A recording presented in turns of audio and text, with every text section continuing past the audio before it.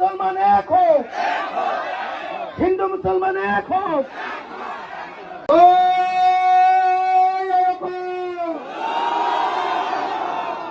জয় আই অসম, মানে আমি য'ত জন্ম হৈছিলো সেই আই অসম, আই মানে মা, মা অসমৰ জয় হওক, বুজিলে?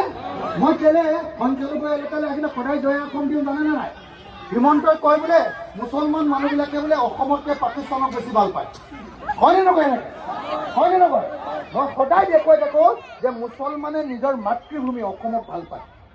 ভাল পায়নে নাই বোলে? পায়নে নাপায়? যদি পায় তেতিয়াহ'লে আকৌ জোৰকে জয় অসম, জয় অসম, জয় অসম, জয় অসম। হিন্দু মুছলমানে এক হোক, হিন্দু মুছলমানে এক হোক।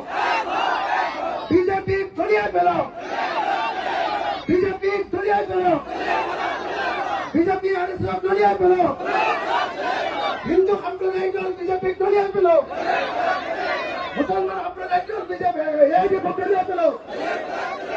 ইনকলাব, ইনকলাব, ইনকলাব, ইনকলাব, ইনকলাব। জয় অসম, জয় অসম, জয় অসম। হিন্দু মুসলমান এক হোক, হিন্দু মুসলমান এক হোক, হিন্দু মুসলমান এক হোক। এতিয়া লাষ্ট, হিন্দু মুসলমান এক হোক, হিন্দু মুসলমান এক হোক।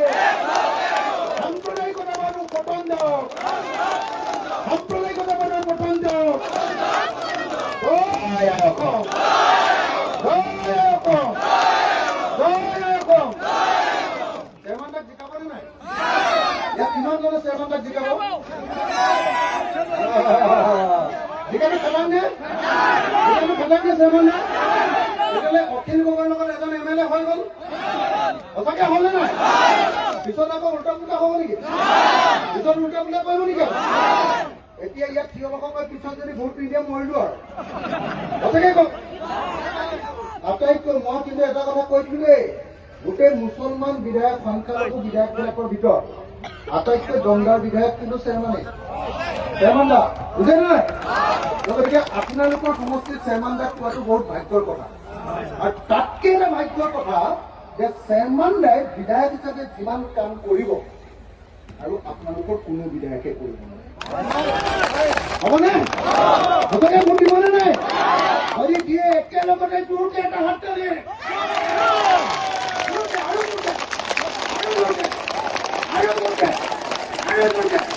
ৰাইজৰ জিন্দাবাদ, ৰাইজৰ জিন্দাবাদ, জিন্দাবাদ। ধন্যবাদ। জয় অসম।